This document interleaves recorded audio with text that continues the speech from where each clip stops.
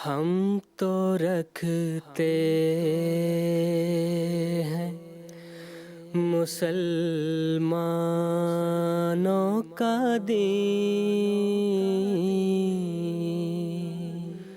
दिल से है खुदा में ख़त्मुल मुरसलीन, दिल से है खुदा में ख़त्मुल मुरसलीन,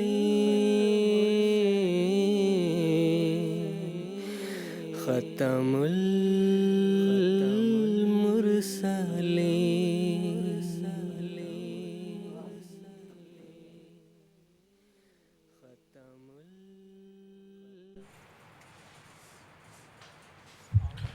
ഔദുബില്ലാഹി മിനശ്ശൈത്വാനിർറജീം ബിസ്മില്ലാഹിർറഹ്മാനിർറഹീം.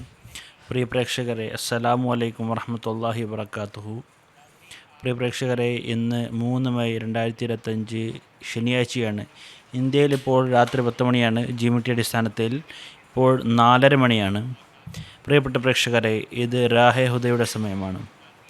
പ്രിയപ്പെട്ട പ്രേക്ഷകരെ, ഖാദിയാൽ നിന്നുകൊണ്ട് ലൈവ് ഡിസ്കഷൻ പ്രോഗ്രാമായിട്ടാണ് നാം വരുന്നത്. 4 എപ്പിസോഡുള്ള ഒരു സീരീസാണിത്. ഇന്നത്തെ എപ്പിസോഡ് ഈ സീരീസിലെ ആദ്യത്തെ എപ്പിസോഡാണ്. നിങ്ങൾക്കറിയുന്ന പോലെ രാഹിദ എന്നുള്ള പ്രോഗ്രാം ലൈവ് ആവുന്നത് പോലെ തന്നെ ഒരു ഇൻട്രാക്റ്റീവ് ആയിട്ടുള്ള പ്രോഗ്രാമാണ്. നമ്മുടെ പ്രേക്ഷകർ തങ്ങളുടെ ചോദ്യങ്ങളുമായിട്ട് ഈ പ്രോഗ്രാമുമായി ബന്ധപ്പെടാവുന്നതാണ്.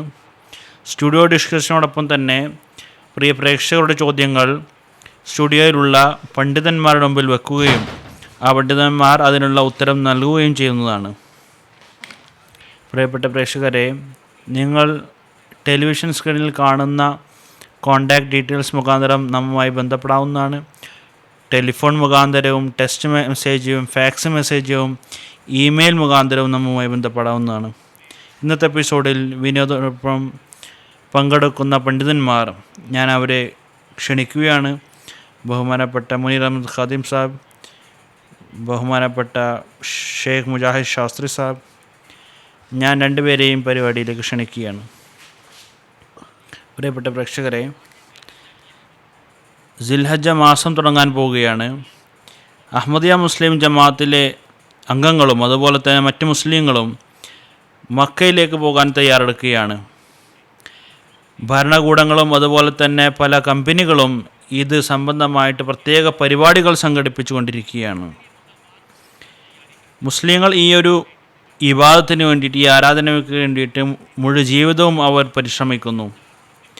ഈ 4 എപ്പിസോഡുള്ള ഈ സീരീസിൽ ഹജ്ജ് സംബന്ധമായിട്ടായിരിക്കും നാം സംസാരിക്കുന്നത്. ആദ്യത്തെ ചോദ്യം വിനീതൻ മുനീർ അഹമ്മദ് ഖാദിം സാഹിബിനോടാണ് ചോദിക്കാൻ ആഗ്രഹിക്കുന്നത്. ഈമാൻ്റെ അടിസ്ഥാനങ്ങളിൽ അതിലൊരു തൂണ് ഒന്ന് ഹജ്ജാണ്. അത് സംബന്ധമായി വിശുദ്ധ ഖുർആൻ അല്ലാഹു പറയുന്നു, ഇന്ന അവ്വല ബൈത്തിൻ വുളിഅ ലിന്നാസി ലല്ലദീ ബിബക്കത്തിൻ മുബാറകം വഹുദൻ ലിൽ ആലമീൻ. ചോദ്യം ഇതാണ്: ആദ്യ ഭവനം എന്നുകൊണ്ട് എന്താണ് ഉദ്ദേശിക്കുന്നത്? കാബ മന്ദിരത്തിൻ്റെ അതിൻ്റെ ചരിത്ര സംബന്ധമായിട്ടുള്ള ചില വിശദീകരണം നൽകിയാലും. ബിസ്മില്ലാഹിർ റഹ്മാനിർ റഹീം. ഇസ്ലാം കാര്യങ്ങളിൽ എല്ലാവർക്കും അറിയുന്നത് പോലെ തന്നെ 5 എണ്ണമാണുള്ളത്. അതിൽ ഒന്ന് കലിമ ഷഹീദത്താണ്, രണ്ടാമത്തത് നമസ്കാരമാണ്, മൂന്നാമത്തത് നോമ്പാണ്, നാലാമത് സക്കാത്താണ്, അഞ്ചാമത്തത് ഹജ്ജാണ്. ഇത് 5 ഇസ്ലാമിക കാര്യങ്ങളാണ്. ഈ ഇസ്ലാം കാര്യങ്ങൾ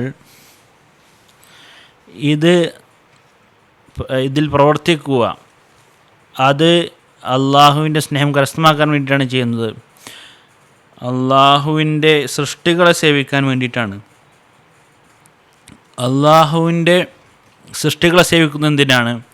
തൽഫലമായിട്ട് അള്ളാഹുവിൻ്റെ സ്നേഹം, പ്രീതി അത് ലഭിക്കാൻ വേണ്ടിയിട്ടാണ്. നമസ്കാരം നോക്കുക, മനുഷ്യൻ നമസ്കാരം എളിമയോടുകൂടി അവൻ നമസ്കരിക്കുന്നു അള്ളാഹുവിൻ്റെ പ്രീതി കരസ്ഥമാക്കാൻ വേണ്ടിയിട്ട്. നോമ്പെടുക്കുന്നു.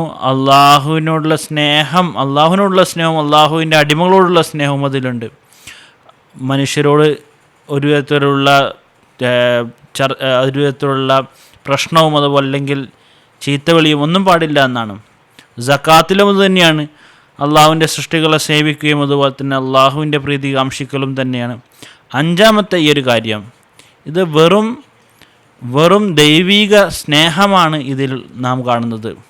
ഇതിലെന്താണ് നാം കാണുന്നത്? മനുഷ്യൻ അള്ളാഹുവിൻ്റെ ആദ്യത്തെ സ്നേഹിതൻ, അവരുടെ ഓർമ്മയുള്ള അവരുടെ സ്ഥലങ്ങൾ, അവരുമായിട്ട് ബന്ധപ്പെട്ട സ്ഥലങ്ങളിൽ പോയിക്കൊണ്ട് അവർ ചെയ്തതുപോലെ ചെയ്യാൻ അവൻ ശ്രമിക്കുന്നു, അവരെ പോലെയാവാൻ ശ്രമിക്കുന്നു. മക്കയിലെ കാര്യം നിങ്ങൾ ഓർക്കുക.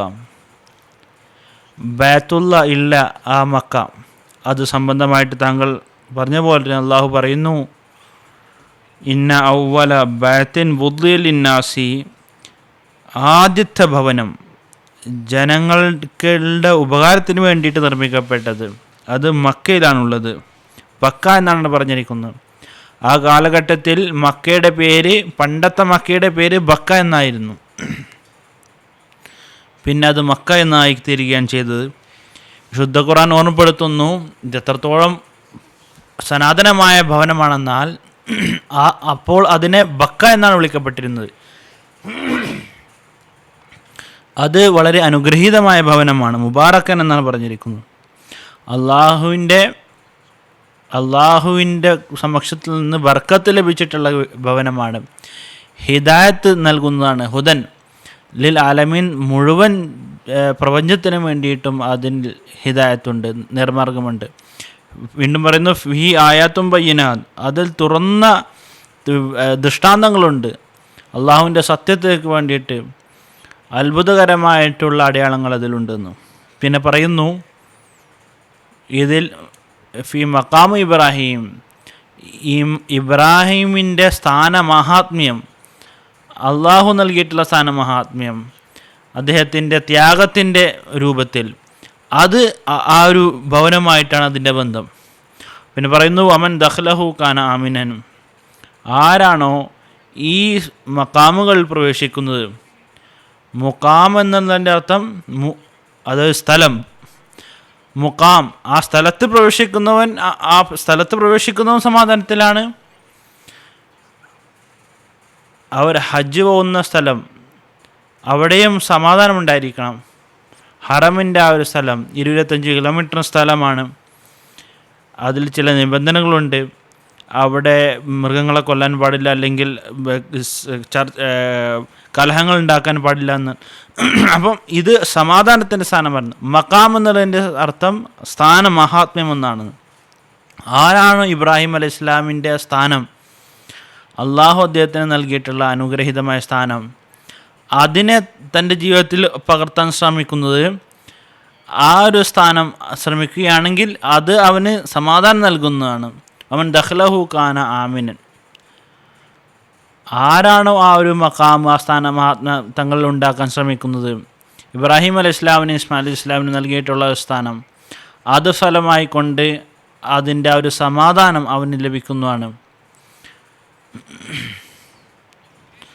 അതിനുശേഷം വിശുദ്ധ ഖുർആനിൽ ഒരു സ്ഥലത്ത് അല്ലാഹു പറയുന്നു, ഷായിറുള്ള, ദൈവിക അടയാളങ്ങൾ, അള്ളാഹുവിൻ്റെ ഇഷ്ടജനങ്ങൾ, അവർ തങ്ങളുടെ സ്നേഹം പ്രകടിപ്പിച്ച ആ സ്ഥലങ്ങൾ, അതിനെ ബഹുമാനിക്കുക എന്നുള്ളത് ഒരു മുഅ്മിൻ്റെ അടിസ്ഥാനപരമായിട്ടുള്ള കാര്യം.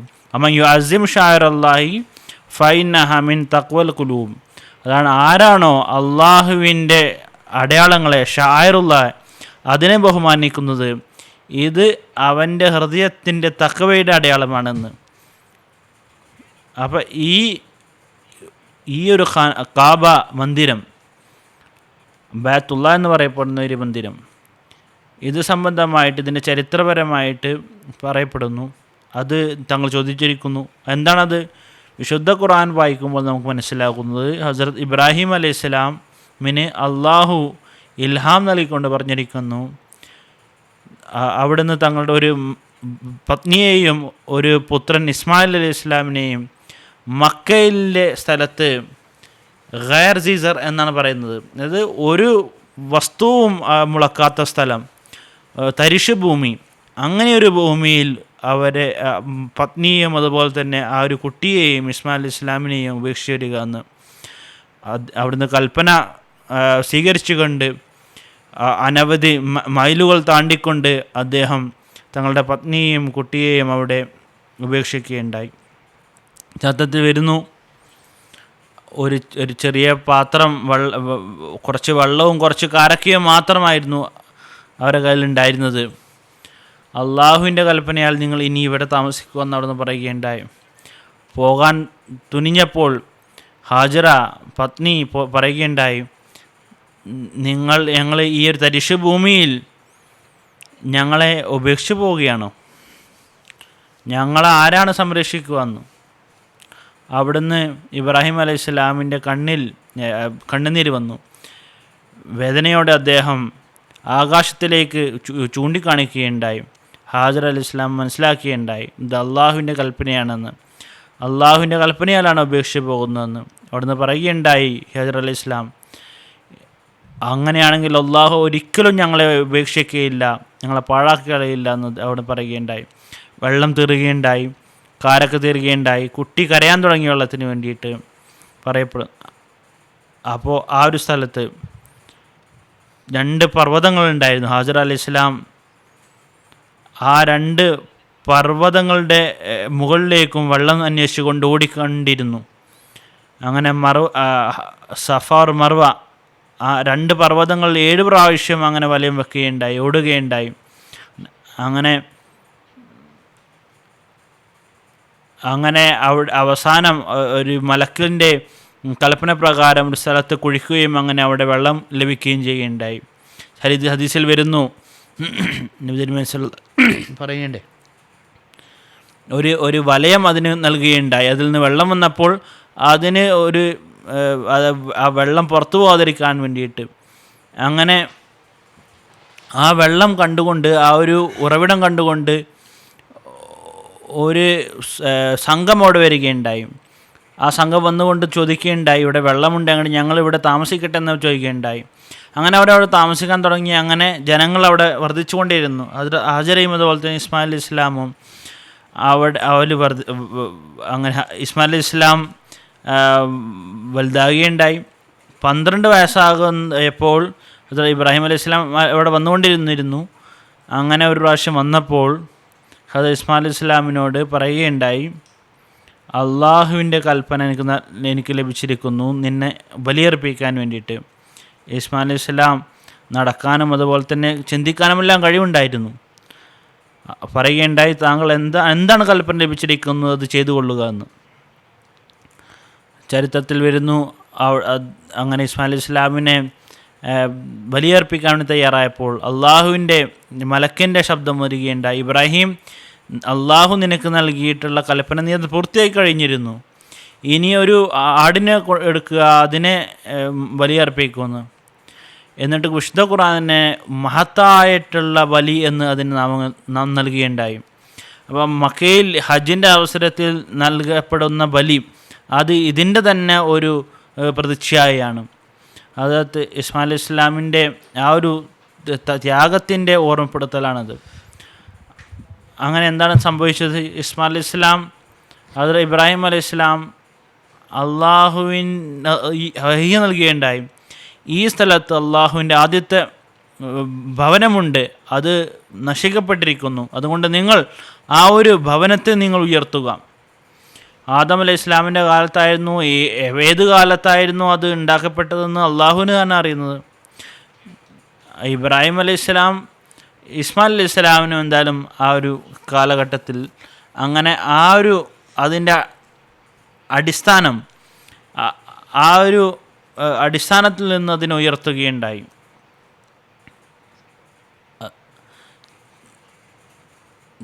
ചില റിവായത്തുകളിൽ വരുന്നു, അതിൻ്റെ ഉയർച്ച 9 കൈയായിരുന്നു.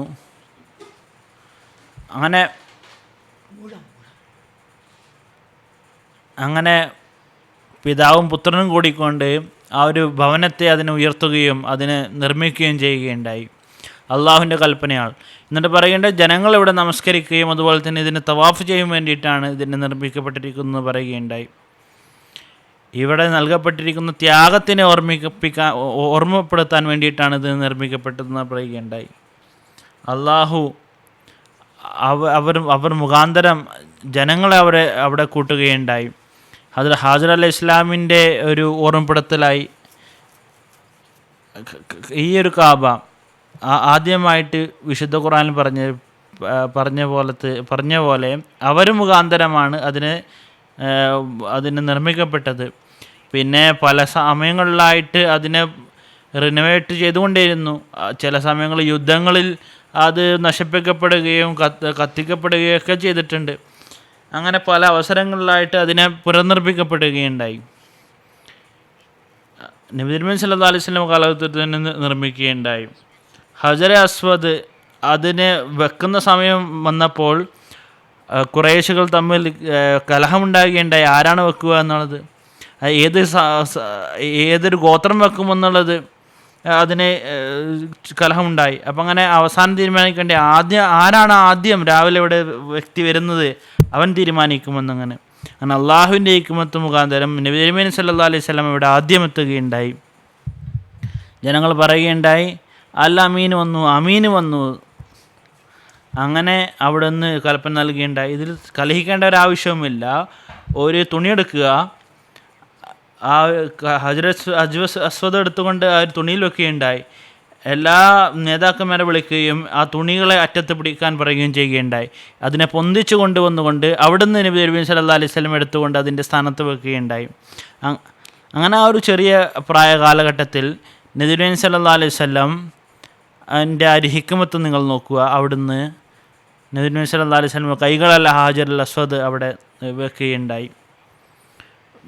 പിൽക്കാലഘട്ടത്തിൽ അത് ഉമയ്യയുടെ കാലഘട്ടത്തിൽ, ഈ അബ്ബാസിൻ്റെ കാലഘട്ടത്തിൽ, ആ കാലഘട്ടത്തിലും അതിനെ പുനർനിർമ്മാണം നടന്നുകൊണ്ടേയിരുന്നു.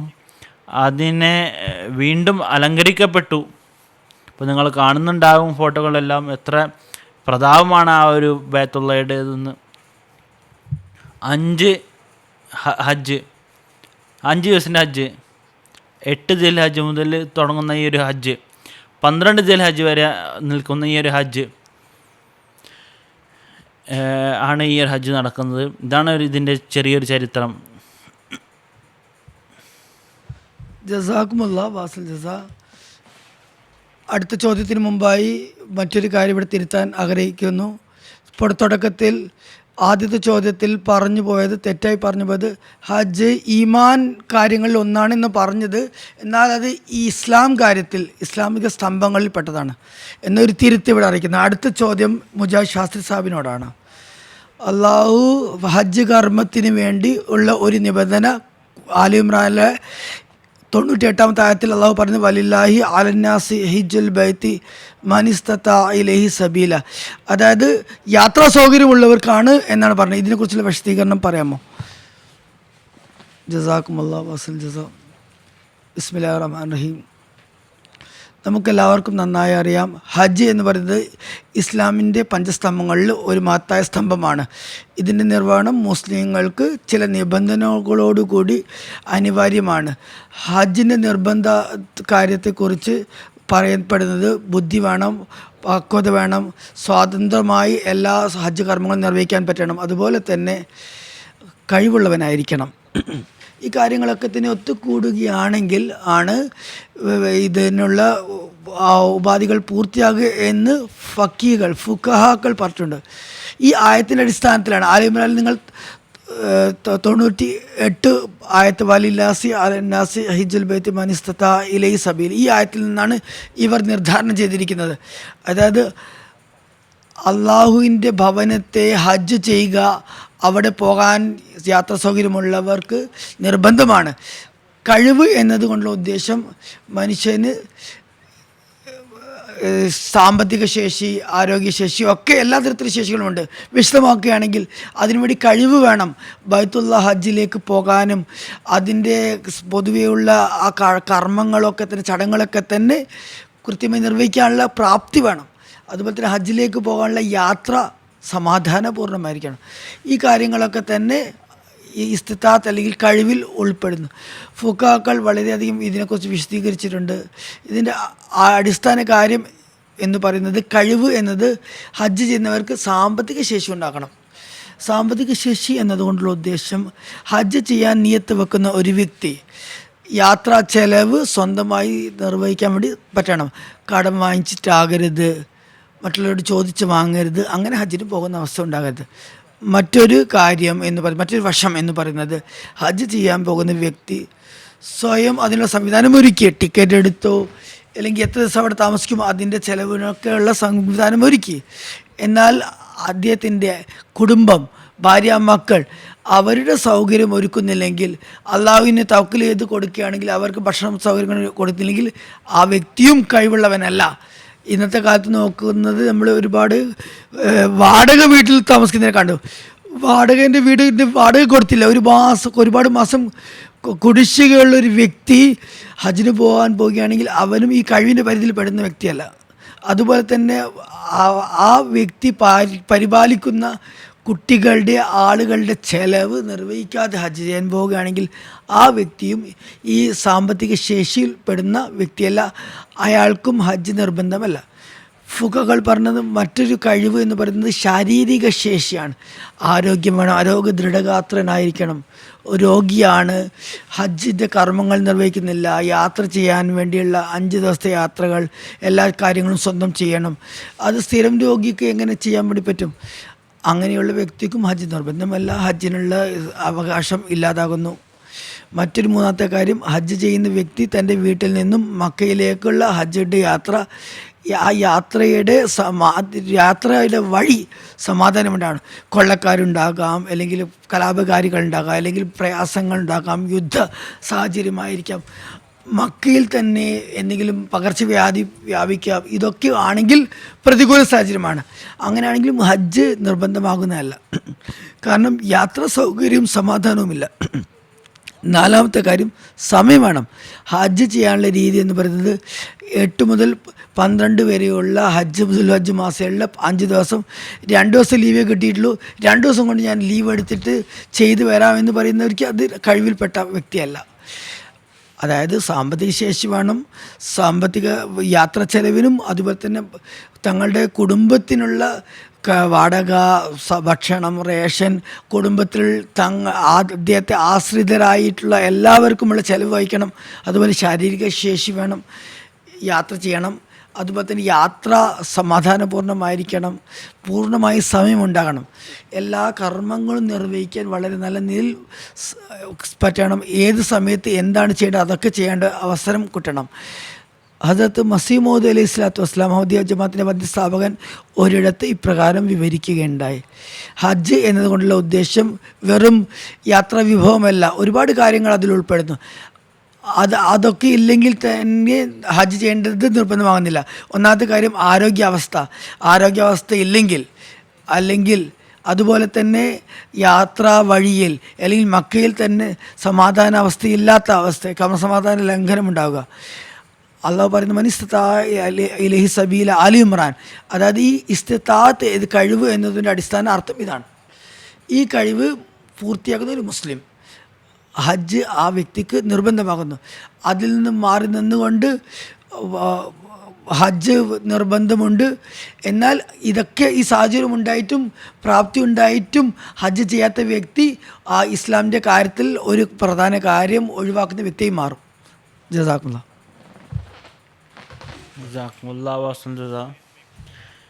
ചില ചോദ്യങ്ങൾ ടെക്സ്റ്റ് മെസ്സേജ് മുഖാന്തരം ലഭിച്ചിരിക്കുന്നു. ഒരു ചോദ്യം ഞാൻ വായിച്ചു കേൾപ്പിക്കുകയാണ്. നേപ്പാളിൽ നിന്ന് സെമീൻ അഹമ്മദ് സാഹിബിൻ്റെ ചോദ്യമാണ്. ചോദിക്കുന്നു, ഹജ്ജിൻ്റെ അവസരത്തിൽ ഒരു ഹാജി എന്തുകൊണ്ടാണ് തൊപ്പി ഇടാത്തത്? നമസ്കരിക്കുമ്പോൾ തൊപ്പിയിടുക എന്നുള്ളത് നിർബന്ധമാണല്ലോ. എന്തുകൊണ്ടാണ് ഹജ്ജിൻ്റെ അവസരത്തിൽ തൊപ്പിയിടാത്തത്? ഇതിൻ്റെ പിന്നിൽ എന്ത് ഹിക്മത്താണുള്ളത്? ഒരു ഹാജി തുന്നാത്ത ഡ്രസ്സ് ധരിക്കുന്നത് ഇസ്ലാമിൻ്റെ എല്ലാ കൽപ്പനകളും അതിൻ്റെ ആത്മാവ് നബി തിരുമേനി സല്ലല്ലാഹു അലൈഹി വസല്ലമിൻ്റെ അനുസരണയാണ്. എന്താണോ അവിടെ നിന്ന് ചെയ്ത് കാണിച്ചത് അതിനെ പിന്തുടർന്നു കൊണ്ടായിരിക്കണം നാം ചെയ്യേണ്ടത്. പല കൽപ്പനകളുണ്ട്, അതിൻ്റെ പല സൂക്ഷ്മമായിട്ടുള്ള ഹിക്മത്തുണ്ടായിരിക്കാം. അള്ളാഹു ആർക്കാണോ അതിനുള്ള ബുദ്ധി നൽകുന്നത് അതിനെ ചിന്തിച്ചുകൊണ്ട് പല ഹിക്മത്തുകളും കൊണ്ടുവരുന്നു അങ്ങനെ. പക്ഷെ അടിസ്ഥാനപരമായിട്ടുള്ള കാര്യം ഇതാണ്, നബി സല്ലല്ലാഹു അലൈഹി വസല്ലം പറഞ്ഞിരിക്കുന്ന കാര്യങ്ങൾ എങ്ങനെയാണ് അവിടുന്ന് പ്രവർത്തിച്ചത് അതുതന്നെയാണ് ഇസ്ലാം. അതുപോലെ തന്നെയാണ് നാം ചെയ്യേണ്ടത്. നബി സല്ലല്ലാഹു അലൈഹി വസല്ലം തൊപ്പിയിട്ടില്ല. അവിടുത്തെ മുടി അത് തുറന്നിരിക്കുകയായിരുന്നു. അവിടുന്ന് തുന്നാത്ത തുറന്ന വസ്ത്രമായിരുന്നു ഇട്ടിരുന്നത്. മുടി ചീകിയുമിരുന്നില്ല. ലബ്ബൈക്ക് അല്ലാഹുമ്മ ലബ്ബൈക്ക് എന്ന് പറഞ്ഞുകൊണ്ടായിരുന്നു അവിടുന്ന് തവാഫ് ചെയ്തത്. ഈ രംഗം എന്താണ് പറയുന്നത്? നമുക്കെന്താണ് പറഞ്ഞു തരുന്നത്? ഒരു വ്യക്തി ഒരു പ്രേമിയെപ്പോലെ അള്ളാഹുവിൻ്റെ മാർഗത്തിൽ അള്ളാഹുവിൻ്റെ പ്രേമിയായിക്കൊണ്ട് അള്ളാഹുവിനെ സ്നേഹിച്ചുകൊണ്ട് നടക്കുന്നൊരു വ്യക്തി, നീ സ്നേഹിക്കുന്നവരെ സ്നേഹിക്കുകയും ഒരു വ്യക്തിയാണ് ഞാൻ. അല്ലാഹുമ്മന്നി അസ്അലുക ഹുബ്ബക വയുഹിബ്ബു മൻ യുഹിബ്ബുക. അള്ളാഹു, ഞാൻ നിൻ്റെ സ്നേഹം ഞാൻ ആഗ്രഹിക്കുന്നു, ആ ജനങ്ങളുടെ സ്നേഹവും ഞാൻ ആഗ്രഹിക്കുന്നു, നീ സ്നേഹിച്ചവരായിട്ടുള്ള ജനങ്ങൾ. ഈ ഹജ്ജ് തുടങ്ങിയിട്ടുള്ള സമയം ഒരു കാര്യമാണ്. നബി സല്ലല്ലാഹു അലൈഹി വസല്ലം അള്ളാഹുവിൻ്റെ കൽപ്പനയാൽ വഹിയുടെ വെളിച്ചത്താൽ ചില കൽപ്പനകളെ നിലനിർത്തുകയുണ്ടായി. ജാഹിലിയത്ത് ഉണ്ടായിരുന്ന പല കാര്യങ്ങൾ അതിന് നിലനിർത്തുകയുണ്ടായി. ചില കാര്യങ്ങളെ ഉദാഹരണം, ചില ആൾക്കാർ ഒന്നുമിടാതെ തവാഫ് ചെയ്യുമായിരുന്നു. അതിനെ വിശ്വാസമെല്ലാം നിർത്തുകയുണ്ടായി. പല മതങ്ങളിലും ഇങ്ങനെയുള്ള പ്രവർത്തികളുണ്ട്. അങ്ങനെയുള്ള രീതികൾ അവിടെ നിന്ന് അവസാനിപ്പിക്കുകയുണ്ടായി. അള്ളാഹുവിൻ്റെ ഇൽഹാമിൻ്റെ അടിസ്ഥാനത്തിൽ ഹജ്ജിനെ സംബന്ധിച്ച് പല കാര്യങ്ങളും പഠിപ്പിച്ചു കൊടുത്ത കാര്യങ്ങൾ ചിലതിനെ നിലനിർത്തുകയുണ്ടായി, ചിലതിനെ അവസാനിപ്പിക്കുകയുണ്ടായി. അതിൽ ചില കാര്യങ്ങളാണ് അവിടുന്ന് തൊപ്പിയിടാറുണ്ടായിരുന്നില്ല, തലമറച്ചിരുന്നില്ല, വസ്ത്രം അത് തുന്നിയതായിരുന്നില്ല. അപ്പോൾ അള്ളാഹുവിൻ്റെ സ്നേഹത്തിൽ ആ ഒരു ഭ്രാന്തനായിക്കൊണ്ട് നടക്കുന്നൊരു വ്യക്തിയെ പോലെയാണ് അവൻ നടക്കുന്നത്. അവൻ്റെ മുഖവും അതുപോലെ തന്നെ അവൻ്റെ രൂപവും അള്ളാഹുവിൻ്റെ മാർഗത്തിൽ സ്നേഹത്തിൽ ഭ്രാന്തനായൊരു വ്യക്തിയെ പോലെയാണ് ആ ഒരു രംഗമുള്ളത്. അതിന് മുഖാന്തരം അങ്ങനെയെല്ലാം ചെയ്യുന്നതിൽ അള്ളാഹുവിൻ്റെ ആ ഒരു തഖ്വ അത് ലഭിക്കുന്നതാണ്. ഇതാണ് അതിൻ്റെ ഹിക്മത്ത്. ജസാക്കുമുല്ലാഹു തആല വസ്ൽ ജസാ. മറ്റൊരു ചോദ്യം ടെക്സ്റ്റ് മെസ്സേജ് മുഖാന്തരം ലഭിച്ചിരിക്കുന്നത് ഗ്രീസിൽ നിന്ന് സയ്യിദ് മഫാസ് അഹമ്മദ് ഷാ സാഹിബിൻ്റെ ചോദ്യമാണ്. ചോദിക്കുന്നു, സ്ത്രീ ഒറ്റയ്ക്ക് ഹജ്ജിന് പോകാൻ സാധ്യമാകുമോ? ഹദീസിൽ വരുന്നു, സ്ത്രീക്ക് ഹജ്ജിൽ പോകുകയാണെങ്കിൽ ഒരു കുടുംബത്തിൽപ്പെട്ട ഒരു പുരുഷൻ ആ ഒരു സ്ത്രീയോടൊപ്പം പോകണമെന്ന് ഹദീസിൽ വരുന്നു. ജസാക്കുമുള്ള. ഇത് സംബന്ധമായിട്ട് പല ഇസ്ലാമിക കക്ഷികളും പല വിശ്വാസമാണ്. ഞാൻ ഈ കാലഘട്ടത്തിൽ ഖലീഫത്തുൽ മസീഹ് അൽ ഖാമിസ് അയ്യദുല്ലാഹു തആല ബിൻ അസീസിൻ്റെ ഒരു ചോദ്യത്തിൻ്റെ ഉത്തരമായിക്കൊണ്ട് അവിടുന്ന് പറഞ്ഞ കാര്യം ഞാൻ പറയുകയാണ്. 4 ഫെബ്രുവരി 2020 അവിടുന്ന് ഈ ഒരു ഉത്തരം നൽകിയത്. ഈ ഒരു ചോദ്യത്തിന് ഉത്തരമായിട്ട് ആദ്യമായിട്ട് പറഞ്ഞിരിക്കുന്നത്, ഈ ഒരു നിബന്ധന ആ ഒരു കാലഘട്ടത്തിൽ മഹറമായിട്ടുള്ള ഒരു കുടുംബം ഇല്ലാത്ത അവസ്ഥയിൽ യാത്ര ചെയ്യരുത് എന്നുള്ള ഈ ഒരു ഷർത്ത്, ഈ നിബന്ധന അത് താൽക്കാലികമായിരുന്നു. കാരണം ആ കാലഘട്ടത്തിലെ യാത്ര അത് സമാധാനപരമായിരുന്നില്ല. ഒരു പുരുഷനുണ്ടായാൽ പോലും തന്നെ പല രീതിയിലുള്ള അപകടങ്ങളുമുണ്ട് ആ ഒരു കാലഘട്ടത്തിലെ യാത്രയിൽ. അതായത് യാത്രക്കാരുടെ മുകളിൽ അക്രമവും അതുപോലെ തന്നെ കള്ളന്മാരും കൊള്ളക്കാരും അവരുടെ മുകളിൽ ആക്രമിക്കപ്പെടുമായിരുന്നു. അപ്പം ഇങ്ങനെയുള്ള ഇങ്ങനെയുള്ള പ്രശ്നങ്ങൾ ഉദിച്ചപ്പോൾ നബി സല്ലല്ലാഹു അലൈഹി വസല്ലം മുമ്പിൽ എത്തിയപ്പോൾ അദ്യ് ബിൻ ഖാത്തിം പറയുന്നു, നബി സല്ലല്ലാഹു അലൈഹി വസല്ലം പറയുകയുണ്ടായി, നിങ്ങൾ ജീവിക്കുകയാണെങ്കിൽ നിങ്ങൾ കാണുകയാണ് ഹീര എന്നുള്ള സ്ഥലം, അതായത് ഇറാനിലുള്ളൊരു സ്ഥലമാണിത്. അവിടെ നിന്നുകൊണ്ട് ഒരു സ്ത്രീ യാത്ര ചെയ്തുകൊണ്ട് കാബ വന്നുകൊണ്ട് തവാഫ് ചെയ്യുക, ഒറ്റക്ക് തവാഫ് ചെയ്യുകയും ചെയ്യുന്നതാണെന്ന്. അതായത് ഇങ്ങനെയുള്ള യാത്രാ സൗകര്യം അതുപോലെ തന്നെ സമാധാനപരമായിട്ടുള്ള ചുറ്റുപാട് ഉണ്ടാകുന്നതാണ്. അപ്പോൾ സ്ത്രീക്ക് യാത്ര ചെയ്യാനും അതുപോലെ തന്നെ കാബയുടെ തവാഫ് ചെയ്യാനും സാധ്യമാണെന്ന് പറയുന്നു. അന്ന് ആ റിവായത്ത് ചെയ്യുന്ന അദ്യ് ബിൻ ഹാത്തിം പറയുന്നു, അങ്ങനെയുള്ള കാലഘട്ടം ഞാൻ കാണുകയുണ്ടായി എന്ന്. അപ്പോൾ ഈ ഒരു ഹദീസിൽ നിന്ന് ഖലീഫത്തുൽ മസീഹ് ഖാമിസ് പറയുന്നു, ആ കാലഘട്ടത്തിൽ യാത്ര ഒരു മാർഗം അത് സമാധാനപരമായിരുന്നില്ല. അതുകൊണ്ട് താൽക്കാലികപരമായിട്ടുള്ള കൽപ്പനയായിരുന്നു സ്ത്രീക്ക് തൻ്റെ ഒരു കുടുംബപരമായിട്ട് ഒരു മുഹറമായിട്ടുള്ള ഒരു പുരുഷൻ്റോടൊപ്പം യാത്ര ചെയ്യണമെന്ന്. ജസാക്കുമുല്ലാഹു ഹുസ്നൽ ജസാ. വിരുദ്ധൻ്റെ അടുത്ത ചോദ്യം മൗലാന മുനീർ അഹമ്മദ് ഖാദിം സാഹിബിനോടാണ്. ഹസ്രത്ത് അഖ്ദസ് മസീഹ് മൗഊദ് അലൈഹി സ്വലാത്തു വസ്സലാം ഹജ്ജ് അതിൻ്റെ ഹിക്മത്ത് വിവരിച്ചിരിക്കുന്നു. വിവരിച്ചാലും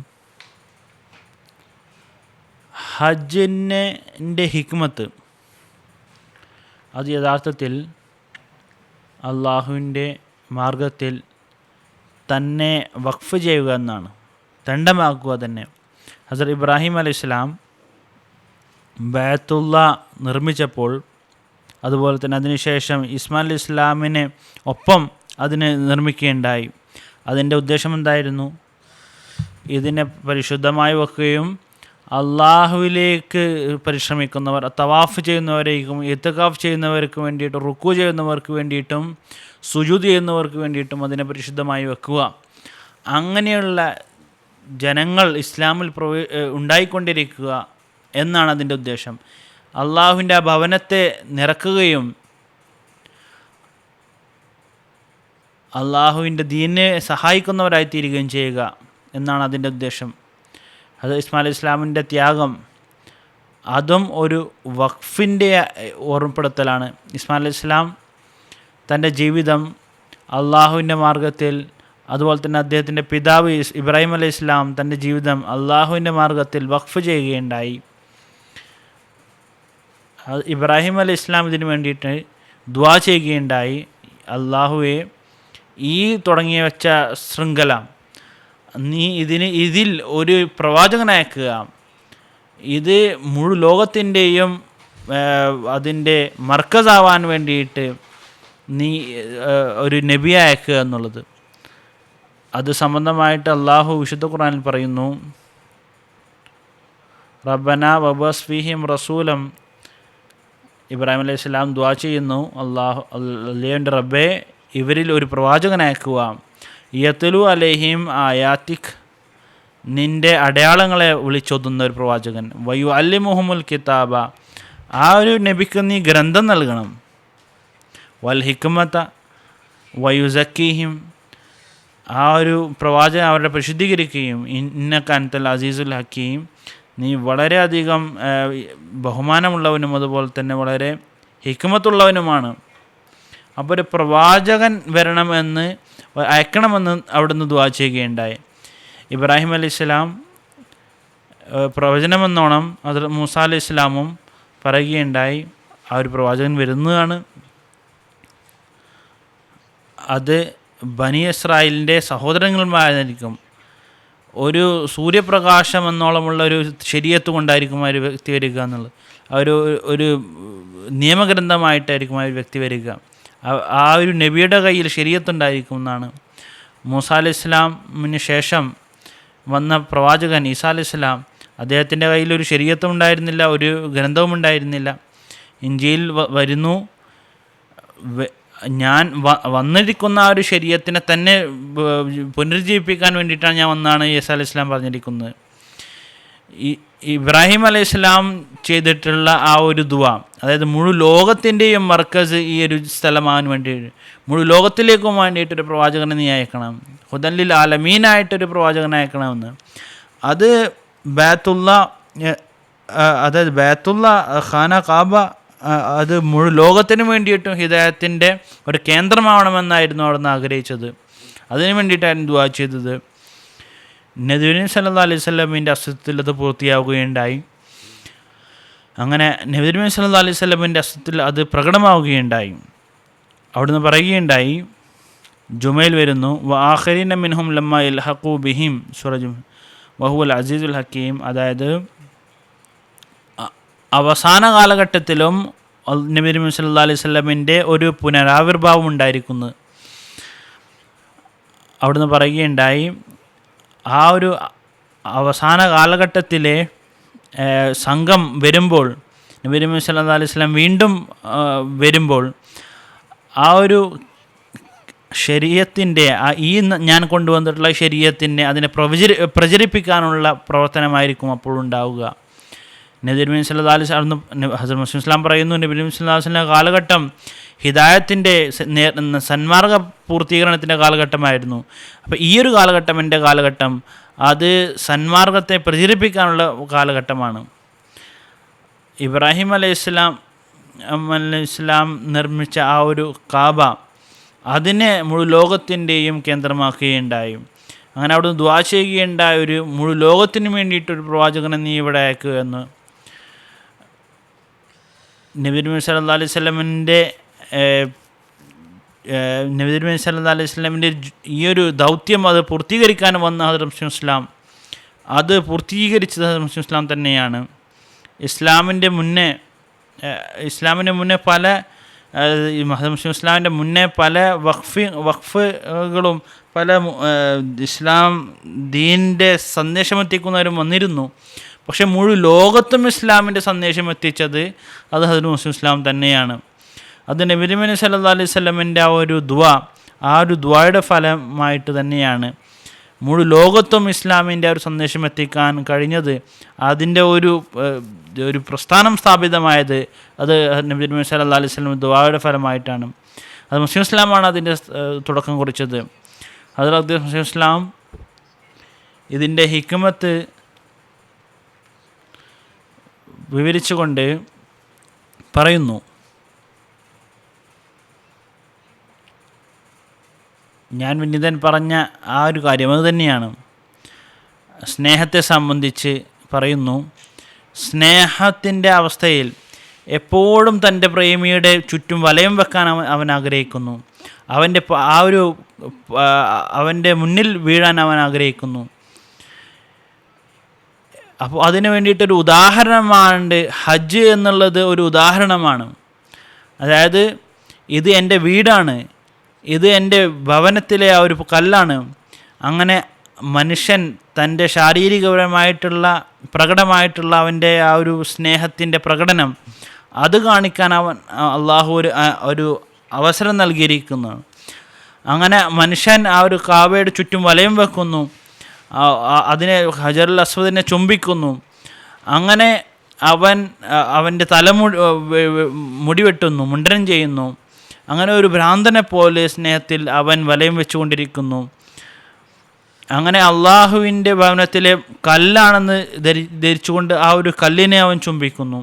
അങ്ങനെ ഈ ഒരു ബാഹ്യമായി ചെയ്യുന്ന പ്രകടനങ്ങൾ അത് അവൻ്റെ ഉള്ളിലൊരു സ്നേഹം, ആത്മീയ സ്നേഹം അത് ഉണ്ടാക്കുന്നു. അങ്ങനെ അവസരത്തിൽ ആ ഒരു ശാരീരികപരമായിട്ട് അവൻ ചെയ്യുന്ന സ്നേഹപ്രകടനം അത് അവൻ്റെ ആ റൂഹിനെ അള്ളാഹുവിൻ്റെ മുമ്പിൽ കൊണ്ട് കുനിക്കുന്നു. അങ്ങനെ അവൻ യഥാർത്ഥ രീതിയിൽ ആത്മീയപരമായിട്ട് അവൻ അള്ളാഹുവിൻ്റെ മുമ്പിൽ കുമ്പിടുന്നു. ഇത് ഹസ്രത്ത് നബി സല്ലല്ലാഹു അലൈഹി വസല്ലമിൻ്റെ കാലഘട്ടത്തിൽ നബി സല്ലല്ലാഹു അലൈഹി വസല്ലമിൻ്റെ സഹാബാക്കൾ തങ്ങളുടെ ത്യാഗങ്ങൾ മുഖാന്തരം അതിൻ്റെ മാതൃക കാണിക്കുകയുണ്ടായി. നാം ഖുത്ബയിൽ കേൾക്കുന്ന സംബന്ധമായിട്ട് എങ്ങനെയാണ് നബി സല്ലല്ലാഹു അലൈഹി വസല്ലമിൻ്റെ സഹാബാക്കൾ ഹദ്റത്ത് ഇസ്മായിൽ അലൈഹി ഇസ്ലാമിൻ്റെ ആ ത്യാഗങ്ങളെ തങ്ങളുടെ ജീവിതത്തിൽ ജീവിപ്പിക്കുകയും അതിനെ കാണിക്കുകയും ചെയ്തു എന്ന്. എല്ലാ സഹാബിയും തൻ്റെ ജീവിതവും ത്യാഗം ചെയ്യുകയുണ്ടായി. ഹുസൂർ കഴിഞ്ഞ ഖുത്ബയിൽ പറയുകയുണ്ടായ ഒരു സഹാബി കഴിക്കുകയായിരുന്നു. അദ്ദേഹത്തിൻ്റെ കയ്യിൽ കാണുകയുണ്ടായി, അതായത് യുദ്ധത്തിൻ്റെ അവസരമാണ് എന്ന് അദ്ദേഹം കാണുകയുണ്ടായി. തങ്ങളുടെ മറ്റു സുഹൃത്തുക്കൾ യുദ്ധം ചെയ്യുകയാണെന്ന് മനസ്സിലാക്കിയപ്പോൾ അദ്ദേഹം കഴിക്കുന്ന വസ്തു അത് വലിച്ചെറിയുകയുണ്ടായി. നീ എന്നെയും സ്വർഗത്തിനും ഇടയിൽ തടസ്സമാണെന്ന് പറഞ്ഞുകൊണ്ട് ആ ഒരു വസ്തുവിനെ എറിയുകയുണ്ടായി. എന്നിട്ട് യുദ്ധം ചെയ്യുകയും ഷഹീദാവുകയും ചെയ്യുകയുണ്ടായി. അപ്പോൾ ഇങ്ങനെയുള്ള ത്യാഗങ്ങളാണ് ഇത് വിവരിച്ചതെന്ന് നോക്കുക. അത് ഇബ്രാഹിം അലൈഹി ഇസ്ലാമിൻ്റെ ത്യാഗത്തെ എങ്ങനെയാണ് അവർ പുനർജീവിപ്പിച്ചതെന്ന് നിങ്ങൾ നോക്കുക.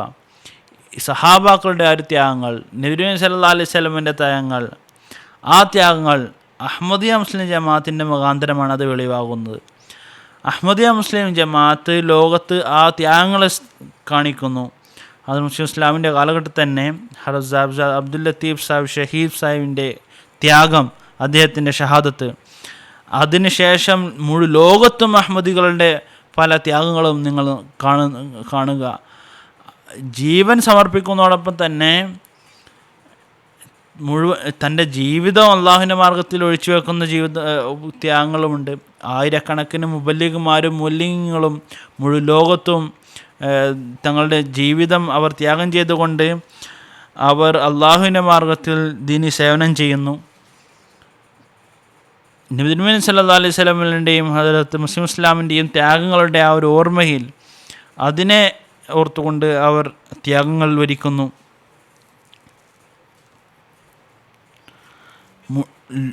ഏത് ലോകത്തിലെ എല്ലാ രാജ്യങ്ങളും നിങ്ങൾ നോക്കുക, അവിടെ എല്ലായിടത്തും അങ്ങനെയുള്ള അഹമ്മദികൾ നിങ്ങൾ കാണുന്നതാണ്.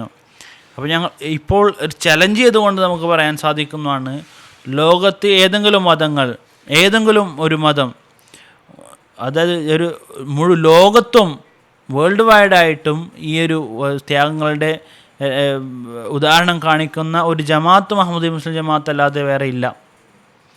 അതിൽ ഖലീഫത്തുൽ മസീഹ് സാലിസ് റഹ്മത്തുള്ളാഹി തആല ചില ഖുത്ബകൾ നൽകിയുണ്ടായി.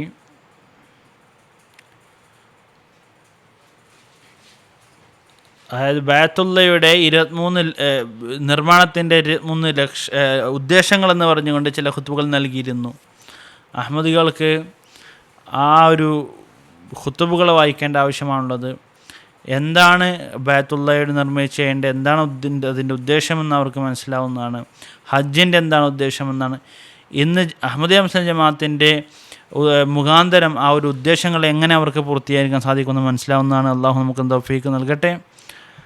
ആരാണോ ഈ ഒരു ഉദ്ദേശത്തിന് അതിനെ പൂർത്തിയാക്കാൻ വേണ്ടിയിട്ട് ഇന്ന് പ്രവർത്തിക്കാത്തത്, അവർക്ക് അവരെ വീണ്ടും ക്ഷണിച്ചുകൊണ്ടിരിക്കുകയാണ്.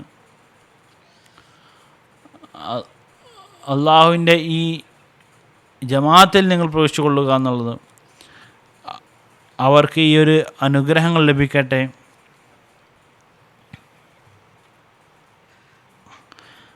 അള്ളാഹുവിൻ്റെ ജമാഅത്തിൽ പ്രവേശിക്കാൻ അവർക്ക് തൗഫീഖ് ലഭിക്കട്ടെ.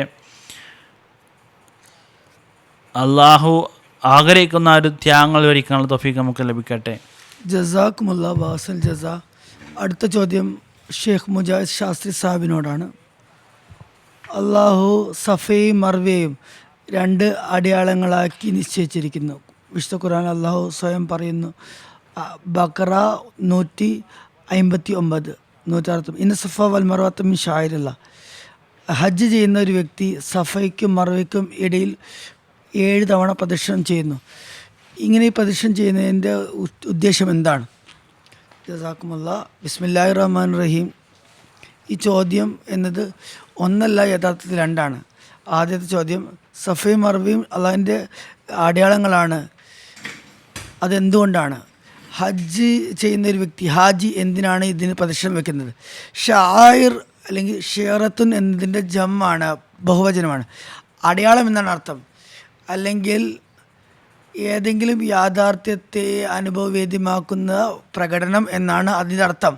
ഷിയർ എന്ന് പറഞ്ഞാൽ ഇസ്ലാമിൽ ഷായിർ അല്ലാഹ് എന്ന് പറയുന്നതിൻ്റെ ചരിത്രം, അതിൻ്റെ യാഥാർത്ഥ്യം, അതിൻ്റെ സ്ഥാനമഹാത്മ്യങ്ങൾ നോക്കുകയാണെങ്കിൽ ഈ കാര്യങ്ങളൊക്കെ നമ്മെ അള്ളാഹുവിൻ്റെ സ്മരണകൾ ഉണർത്തുന്ന, അള്ളാഹുവിലേക്ക് താല്പര്യം ജനിപ്പിക്കുന്ന, ദീനിലേക്ക് നമ്മെ ആകർഷിക്കുന്ന, അതുപോലെ ഹൃദയത്തിനുള്ളിൽ തഖ്വയും അതുപോലെ പരിശുദ്ധിയും സംജാതമാക്കുന്ന കാര്യങ്ങളാണ്. ശരിയാണ്, ഈ കാര്യങ്ങൾ അവരുടെ അതുദ്ദേശം അതുപോലെയല്ല. അതായത് അതിൻ്റെ പിറകിലുള്ള തത്വരഹസ്യങ്ങളാണ് നമ്മൾ യഥാർത്ഥത്തിൽ ലക്ഷ്യമാക്കുന്നത്, ആ വസ്തുക്കളെല്ലാം ലക്ഷ്യമാക്കുന്നത്. അതുകൊണ്ടാണ് ഇവയെ ഷായിറുള്ള എന്നാക്കുന്നത്. കാരണം അള്ളാഹുവാണ് ഇവരെ ഈ വസ്തുക്കളെ ഷായിറുള്ള എന്നും ഇവയെ അനുസരിക്കണമെന്നും ബഹുമാനിക്കണമെന്നും റസൂലുള്ളാഹി സ്വല്ലല്ലാഹു അലൈഹി വസല്ലം മുഖേന അടയാളങ്ങളായി ഇവ സമീന വാത്തേന എന്ന് പറഞ്ഞുകൊണ്ട് നമ്മൾ അതിനനുസരിക്കണമെന്ന് പറയുന്നത്. സൂറ ബഖറ ആയത്ത് നമ്പർ 159 സഫിയും മറവിയും ഷായിറുള്ള എന്നാണ് പറഞ്ഞിരിക്കുന്നത്. ഇത് ഷായിറുള്ളയാണ്, അള്ളാഹുവിൻ്റെ അടയാളങ്ങളാണ്. സഫിയും മറവിയും 2 കുന്നുകളാണ്. ഹജ്ജ് ചെയ്യുന്ന വ്യക്തി ഹാജി ഇതിനിടയിൽ ഓടുന്നു, 7 തവണ പ്രദക്ഷിണം വയ്ക്കുന്നു. ഇതിനോടൊപ്പം പറയാനുള്ളത് ഹാജറിയും ഹസരത്ത് ഇസ്മായിൽ അലൈഹി സ്വലാമിൻ്റെയും ഓർമ്മയാണ്, സ്മരണയാണ് ഇത് ഉളവാക്കുന്നത്.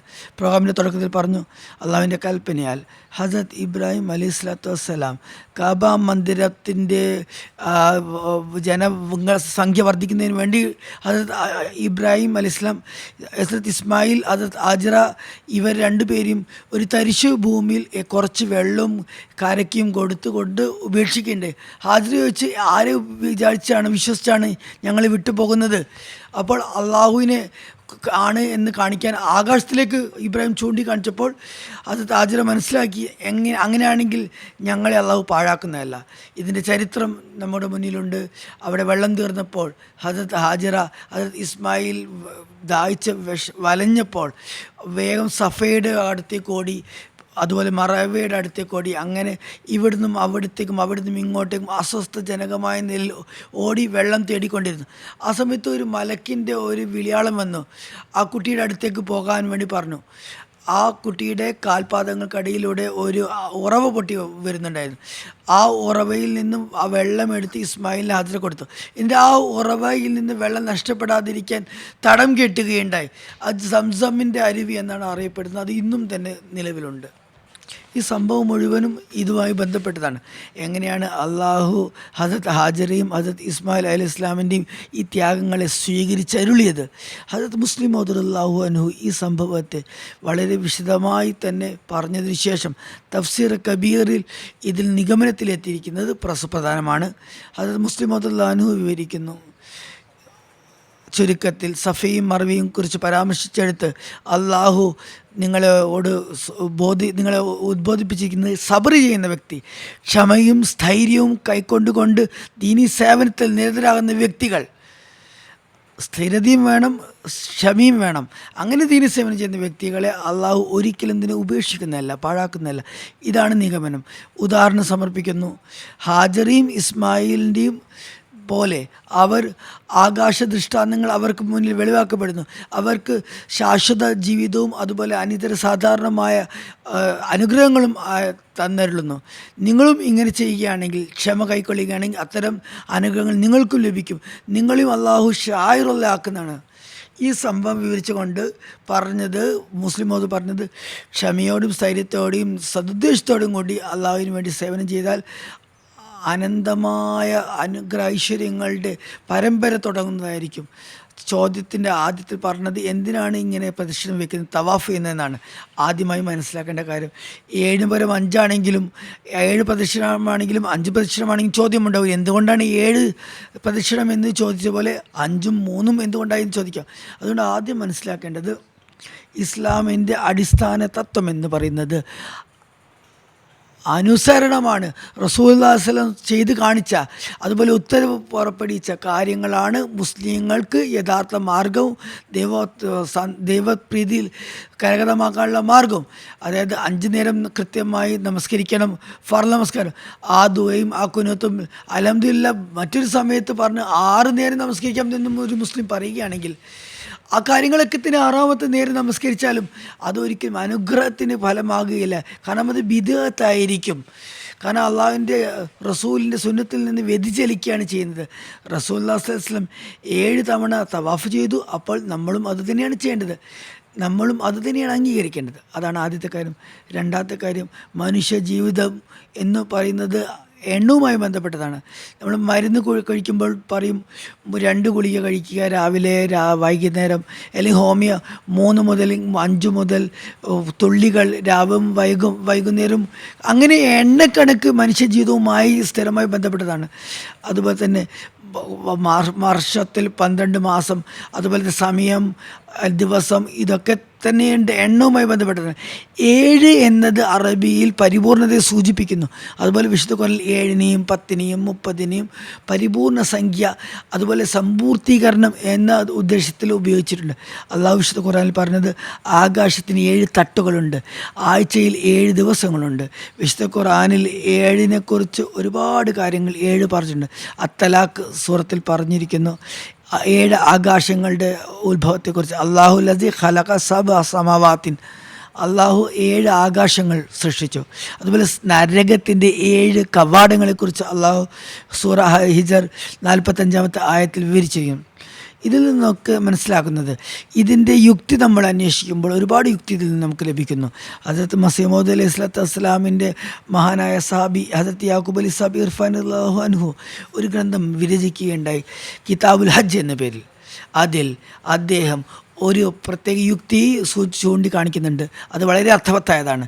അദ്ദേഹം പറയുന്നു, വിശുദ്ധ ഖുർആനിൽ അടിസ്ഥാനപരമായ സൂറത്ത് എന്ന് പറയുന്നത് സൂറ ഫാത്തിഹയാണ്. ഉമ്മുൽ കിതാബ് എന്നാണ് അത് അറിയപ്പെടുന്നത്. സബഅ മസാനി എന്നും അതിൻ്റെ പേരുണ്ട്. അത് 7 ആയത്തുകൾ ഇത് ആവർത്തിച്ച് വരുന്നു. അത് സുപ്രധാനമായ ആയത്തുകളാണ്. ഈ സൂറത്തിൽ അള്ളാഹുവുമായുള്ള സഹായം തേടുക, സഹായം അർത്ഥിക്കുക, അവൻ്റെ അനുഗ്രഹ ഐശ്വര്യങ്ങൾക്ക് വേണ്ടി 7 മാർഗങ്ങൾ, ഉപാധികൾ പറഞ്ഞിട്ടുണ്ട്. അത് ആദ്യം അള്ളാഹു എന്ന പേരിലാണ് ഈ തുടങ്ങൊക്കെ കുറിക്കുന്നത്.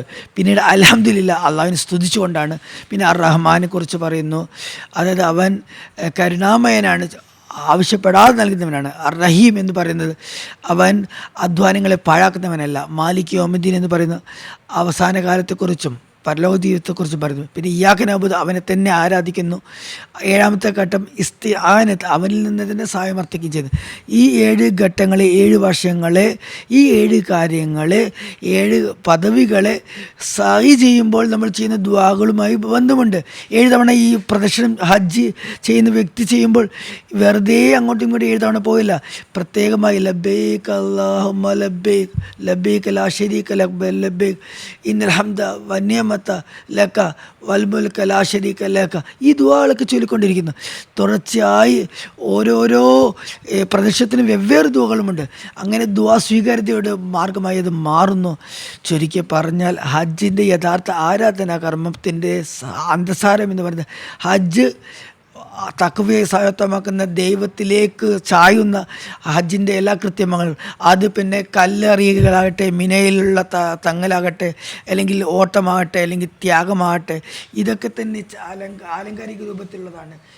അതിൻ്റെ അടിസ്ഥാനം എന്ന് പറയുന്നത് നമ്മുടെ ബാഹ്യമായ നിലയിൽ നമ്മൾ കാണിച്ചുകൊണ്ട് നമ്മൾ ആന്തരികമായാണ് പോകുന്നത്. അത് ഒരു കുർബാനി ചെയ്യുന്നു, ത്യാഗം ചെയ്യുന്നു, പ്രദക്ഷിണം ചെയ്യുന്നു, എന്നാൽ തൻ്റെ ആത്മാവിനെയാണ് കുർബാന ചെയ്യുന്നത്.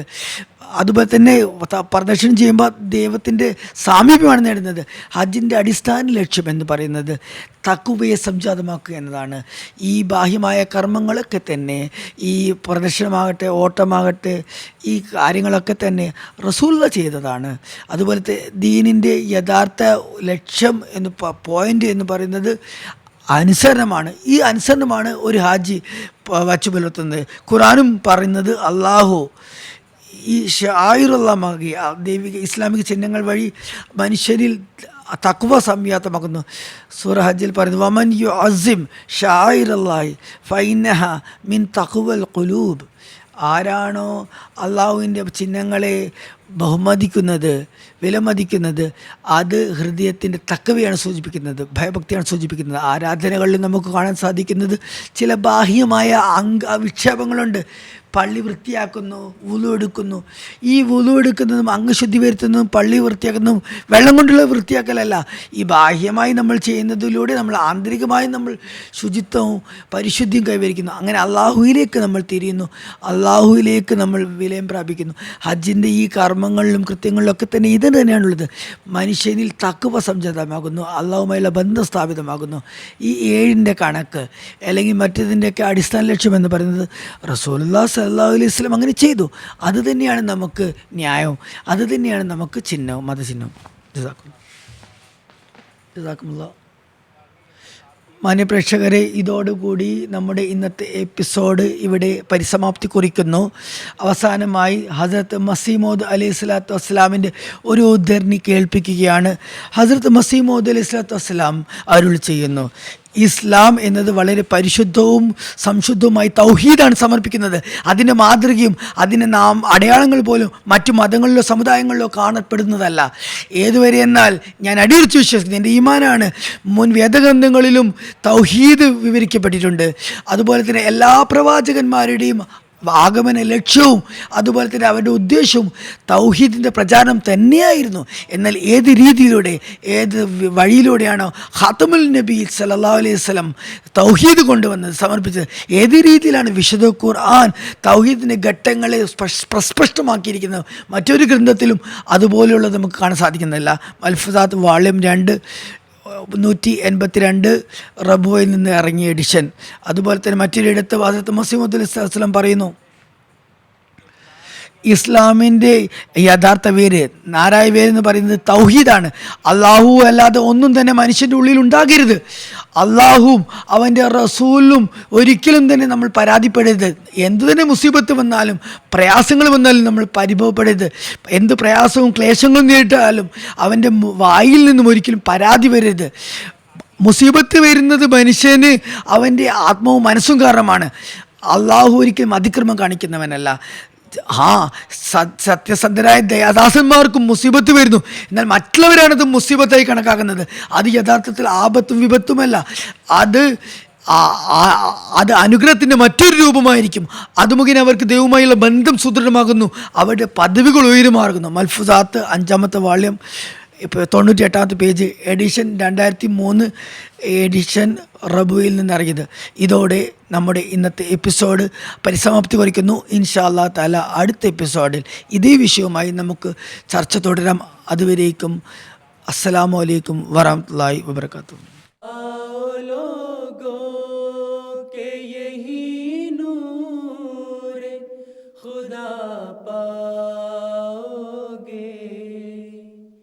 लो तुम्हें तौर तसल्ली का बताया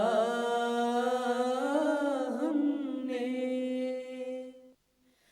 आओ लोगों के यही नूर खुदा पाओगे।